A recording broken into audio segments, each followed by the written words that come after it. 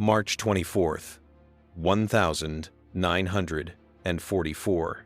Somewhere beneath the frozen ground of Nazi Germany, a man crawls through absolute darkness. His breath is shallow. His heart pounds like a drum.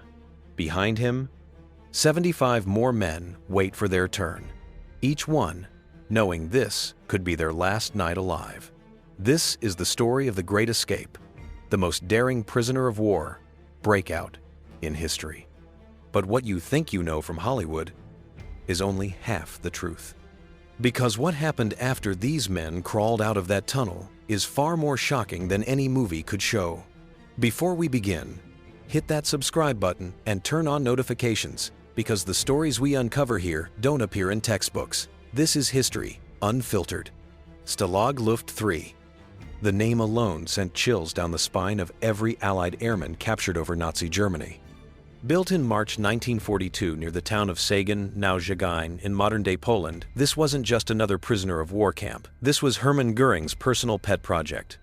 A fortress designed with one purpose: to hold the best and brightest of the Allied air forces and make escape absolutely impossible. The camp's commander, Oberst Friedrich von Lindener-Wildau, was a World War I veteran, a man of the old Prussian military tradition. He wasn't a Nazi. In fact, he despised much of what Hitler's regime stood for. But he was a professional soldier, and his orders were clear: keep these men locked down. And the camp's design was diabolical. Every building was raised on stilts so guards could see underneath. The compound sat on yellow, sandy soil that collapsed easily, making tunnels dangerous and nearly impossible to hide. Seismic microphones were buried around the perimeter to detect digging. Double rows of barbed wire, 10 feet high, surrounded everything. Guard towers with machine guns stood at every corner. And beyond the wire, tripwires, searchlights, and patrols with German shepherds. By the end of 1943, over 10,000 Allied airmen were imprisoned here. Pilots, navigators, bombardiers. These weren't ordinary soldiers. These were officers, educated, trained, resourceful. Men who had flown Spitfires, Lancasters, B-17 seconds. Men who had seen their friends shot down in flames. And men who refused to sit quietly behind barbed wire. The Germans had already discovered 97 escape tunnels at Stalag Luft III. 97. And every single one had failed. But the prisoners weren't done trying, not by a long shot. If this story has a hero, his name is Roger Bushell. Born in South Africa, educated in England, he was a Royal Air Force Squadron leader and a natural-born leader. Tall, charismatic, fluent in multiple languages. The kind of man other men followed without question. Bushell had been shot down in May 1940 during the Battle of France. He'd already tried to escape multiple times from other camps before arriving at Stalag Luft III. Once, he got all the way to the Swiss border before being recaptured. The Gestapo interrogated him brutally. They knew he was dangerous, and they were right. Bushell had a code name inside the camp, Big X, and under his command, he formed the most sophisticated escape organization in POW history, simply called X Organization. This wasn't a ragtag group of dreamers. This was a military operation with over 800 men working in secret. They divided labor like a factory. Forgers created fake identity papers, travel permits, and passports so realistic they could fool German border guards. Tailors stitched civilian clothing from dyed blankets and old uniforms. Map makers drew routes to neutral countries, and engineers, they designed something extraordinary. Bushell's plan was audacious. Dig not one, but 3 tunnels simultaneously. Code names: Tom, Dick, and Harry. If the Germans found one, the others could continue. The goal? Get 200 men out in a single night, so many escapees that it would create chaos across Nazi Germany, forcing them to divert troops and resources away from the war effort. Imagine this: you're 30 feet underground. The air is thin. The walls could collapse at any second. You're lying on your stomach, digging with a tin can and a homemade trowel, crawling through a tunnel barely wider than your shoulders, and you do this for 9 months. That was the reality for the tunnel kings of Stalag Luft III. The three tunnels, Tom, Dick, and Harry, were marvels of improvised engineering. Each one had to be at least 30 feet deep to avoid the seismic detectors. Each one needed to stretch over 300 feet from the prisoner barracks, under the wire, and into the forest beyond. And every inch had to be shored up with wooden planks, or the sandy soil would bury them alive. Where did they get the wood? From their own bunk beds. The prisoners tore apart their barracks piece by piece so carefully the Germans never noticed. They built ventilation systems using old tin cans, powered by handmade air pumps. One man would pump air for hours, while others dug. It was exhausting, dangerous work. Several men nearly died from tunnel collapses or oxygen deprivation. And then there was the dirt, tons of it. Bright yellow sand that couldn't just be piled up somewhere. The solution? Ingenious. Prisoners sewed bags inside their trousers and filled them with dirt. They'd walk casually around the compound, pulling strings to release the sand onto vegetable gardens and under buildings. The guards called them penguins because of the way they waddled. But on September 8th, 1943 disaster struck. The Germans discovered Tunnel Tom. It was crushed, sealed, and the entrance destroyed. Months of work gone. But Bushell didn't flinch. He redirected all efforts to Harry.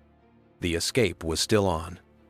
By early 1944, Harry was nearly complete, over 360 feet long, shored up with 4,000 wooden boards. Equipped with electric lighting tapped from the camp's power supply, it was a masterpiece of prisoner ingenuity, built entirely under the noses of one of the most heavily guarded camps in Nazi Germany. March 24th, 1944. The night had finally come. 200 men were ready. They had forged papers. They had civilian disguises. They had train schedules memorized. Everything was set. At 8:30 p.m., the first man entered the tunnel. His name was Flight Lieutenant Johnny Bull, ironic given the situation. He crawled the full 360 feet in near total darkness, following the dim glow of fat lamps made from melted margarine. It took him nearly 20 minutes, and then he reached the end. He carefully broke through the exit, and his heart sank. The tunnel was short, 20 feet short. Instead of emerging in the cover of the forest, the exit was in the open, just a few yards from a guard tower. One wrong move, one sound, and the entire plan would collapse. But turning back wasn't an option. Bushell made the call. They would proceed, slowly, carefully. One man at a time would crawl out, wait for the searchlight to pass, then sprint to the tree line. For hours, it worked. Men slipped into the tunnel one by one. Some carried suitcases. Some were disguised as foreign workers, others as German officers. It was an assembly line of desperate hope. But the tunnel was slower than expected. The cold had frozen the ground above, making movement difficult. Men got stuck. The air pumps struggled. By 1 a.m., only 30 men had escaped. By 3 a.m., 50. They were nowhere near 200. And then, at 4:55 a.m., just before dawn, a German guard heard something. He walked toward the tree line, flashlight in hand. And there, in the snow, he saw it. A man crawling out of a hole in the ground. The alarm was raised, sirens blared, searchlights flooded the compound. The great escape was over. 76 men had made it out. 76 men were now on the run across Nazi Germany. But for most of them, freedom would last less than 24 hours. Within hours, Hitler himself was informed of the breakout, and he was furious. He wanted them all executed immediately, all 76. No trial. No mercy. Hermann Göring and Heinrich Himmler managed to talk him down barely. Hitler agreed to a compromise. 50 of the recaptured escapees would be executed. 50. The Gestapo drew up a list. They chose their targets carefully. Leaders, troublemakers, men like Roger Bushell. The list was prepared days before the men were even caught. Their death warrants were signed before they were recaptured. Over the next 2 weeks, the prisoners were hunted down across Germany, Poland, and Czechoslovakia. Most were caught at train stations or border crossings. 3 managed to make it to freedom, 2 Norwegians reached neutral Sweden, and a Dutchman made it to Spain. But the rest? Captured. When the prisoners were arrested, they were told they were being taken back to Stalag Luft III. They believed it.